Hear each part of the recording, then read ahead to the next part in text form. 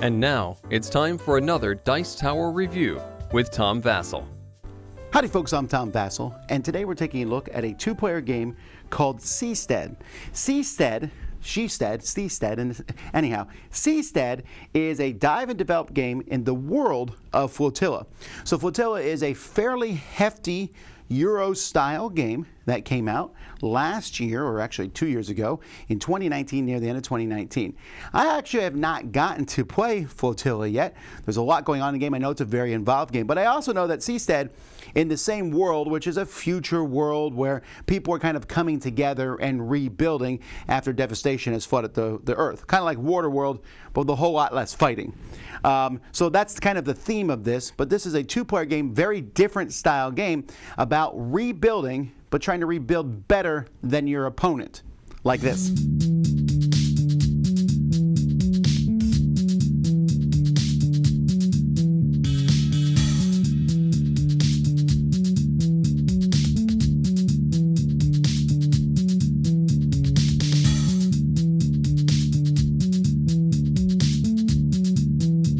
Each player has their own little set of buildings here, 4 shipyards, 4 academies, and 4 ports. And you'll also have 4 ships that you'll start with. At the beginning of the game, you're going to draw a starting card out of a set of random starting cards. It's going to tell you who goes first, so this is pointing towards the blue player. But it also tells you your starting resources. So I start with a purple and a gray. My opponent starts with a green and a blue. Also, the green... we're going to have these different flotillas that are out here. The green one is going to be locked, and I'll talk a little bit more about that later.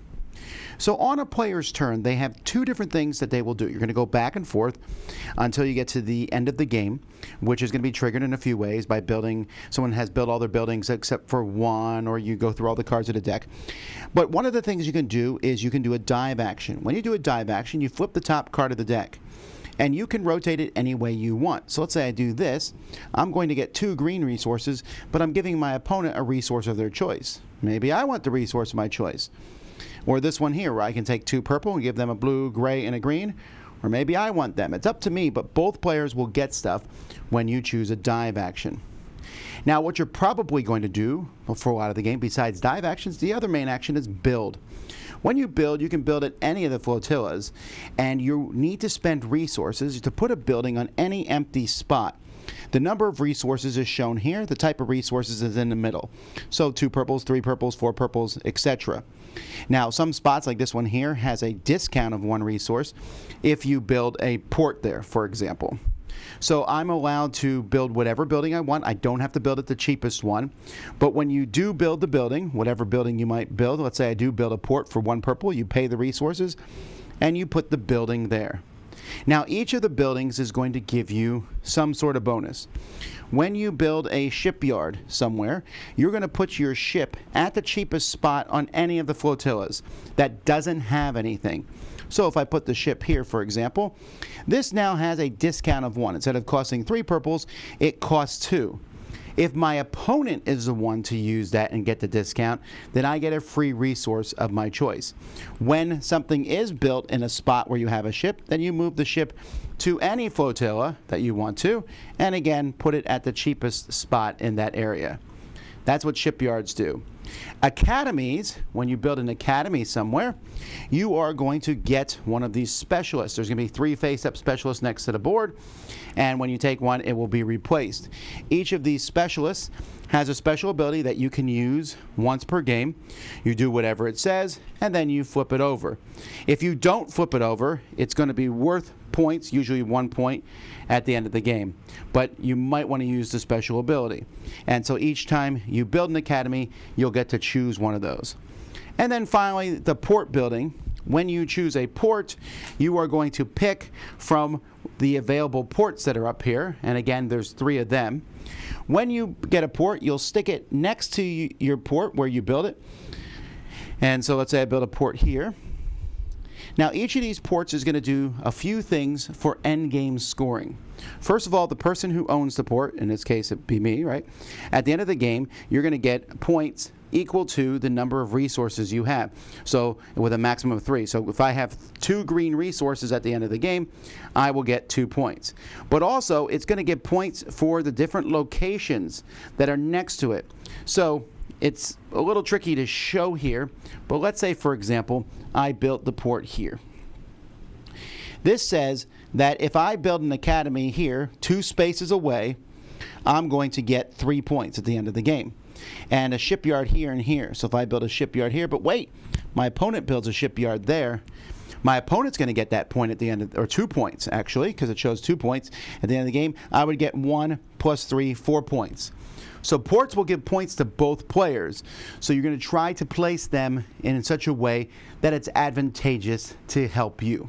When building at a location, you're also going to get the special effects of that one. Sometimes it gives you a wild resource, sometimes it lets you change resources and other things. There's all different kinds of bonuses, and they're all mentioned on the back of the book. Sometimes they give you cleanup tokens, which can be used for various effects, but if not used for anything, at the end of the game, they turn into a point each. I'm also showing you only the A sides of the board. You can use the B side of each flotilla, and if you use that side, then you will bring in decree cards into play. With these, you'll start with 1 in play, and it's a rule that changes the basic rules of the game. And if you get a bonus that lets you get one of these decree cards, you'll take 2, look at them, and pick one of these to put into play. But we're still not done. When you build buildings, it's possible to get bonuses. When you completely finish a row of buildings, you get a bonus for that row. This one lets you move your ships anywhere. This lets you unflip one of your specialists. And this one gives you some cleanup tokens for one of your ports. Also, when you do a complete column, you have the ability to change 2 of these icons that are out there. So I might say this blue and the gray are switched. You cannot switch the one that's locked, but after you do a switch, you'll then lock one of the 2 you switched and unlock the other one. So if I'm saving up purple to build here at the 5, I have to be careful because my opponent may switch that if they finish a column. And now purple works over at this flotilla. Like I said, if there's different ways that the game can be triggered for an end, if all the locations on one flotilla tile are full, if one player has 1 building left, when you get all the way down to the deck to one of the final cards in the dive deck, or the cleanup tokens here run out, then the game ends. There's a final scoring. You'll be scoring for different resources based on your ports. You'll be scoring for different dock tiles, the different buildings that you have. Building buildings in the different spots on the flotillas give you points, and whoever has the most points is the winner. This is a stellar production. It really is.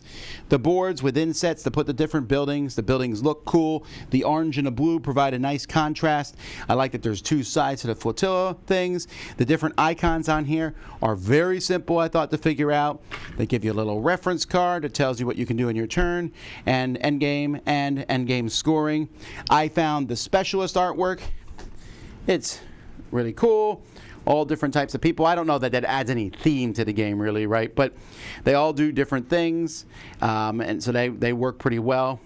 You have the rule book is really well done. On the back it explains all the icons if you don't know them. It's just, I'm very happy with the production of this game. It looks fantastic. Folks, I quite liked this game. The Seastead game, it's a nice back and forth. The size box here, for some reason this size box always kind of screams, hey, this is a fun 2-player game. But I have to say, in this size box, the value that you get component-wise and stuff, I was very impressed with that. There's a lot of game for a small box. And also, it has this feeling of there's a good amount of replayability in here. Now, I played both the A and the B sides with the decree cards or not. They tell you to play without the decree cards for your first game. But I think the game is fine with or without them, and that's nice. It kind of gives you some, switching back and forth, and you can even play with some A and some B, so there's a lot of mixing up there. But what buildings are there to build? It's interesting. You built the port. The port is cool because the ports are the main source of points that I found. All 8 ports, if they're built, will score for both players. But a port allows you to score for your resources. So I can think, okay, I got a port that scores points for each blue resource I have. I have another port that scores points for each blue resource I have. Now, a resource can only be used for one port, but maybe now I'm going to start collecting blue resources. If I have 5 at the end of the game, that's 5 points for those ports.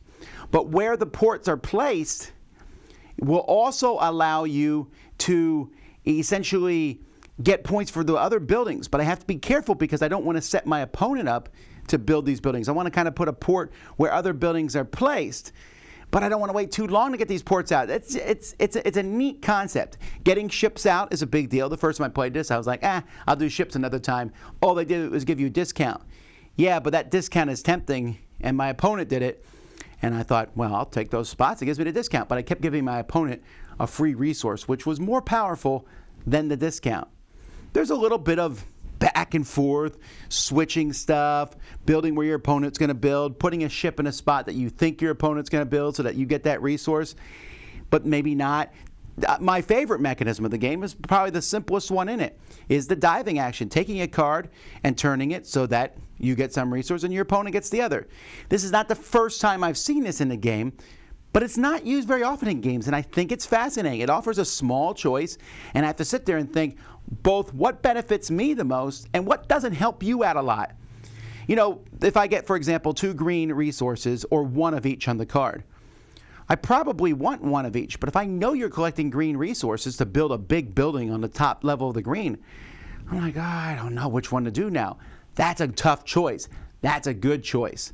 And you want to do your best to try to force your opponent to draw those cards if possible so that they have that tough choice to make, and you're happy when your opponent dies because you think, I'm getting some resources. So, very impressed with this style game. It's a lot of fun back and forth. I feel like the theme is sort of there. The special abilities on the different characters that you can get, I feel like you should use them. They're only worth a point at the end of the game, but the abilities can really do some cool things over the course. It's neat. So definitely check it out. High production values, a game that doesn't feel like other back and forth 2-player games, a game that's going to provide, like I said, a decent amount of replayability. I like Seastead. I'm Tom Vasel, and you've been watching The Dice Tower. Dice Tower Judgment approved.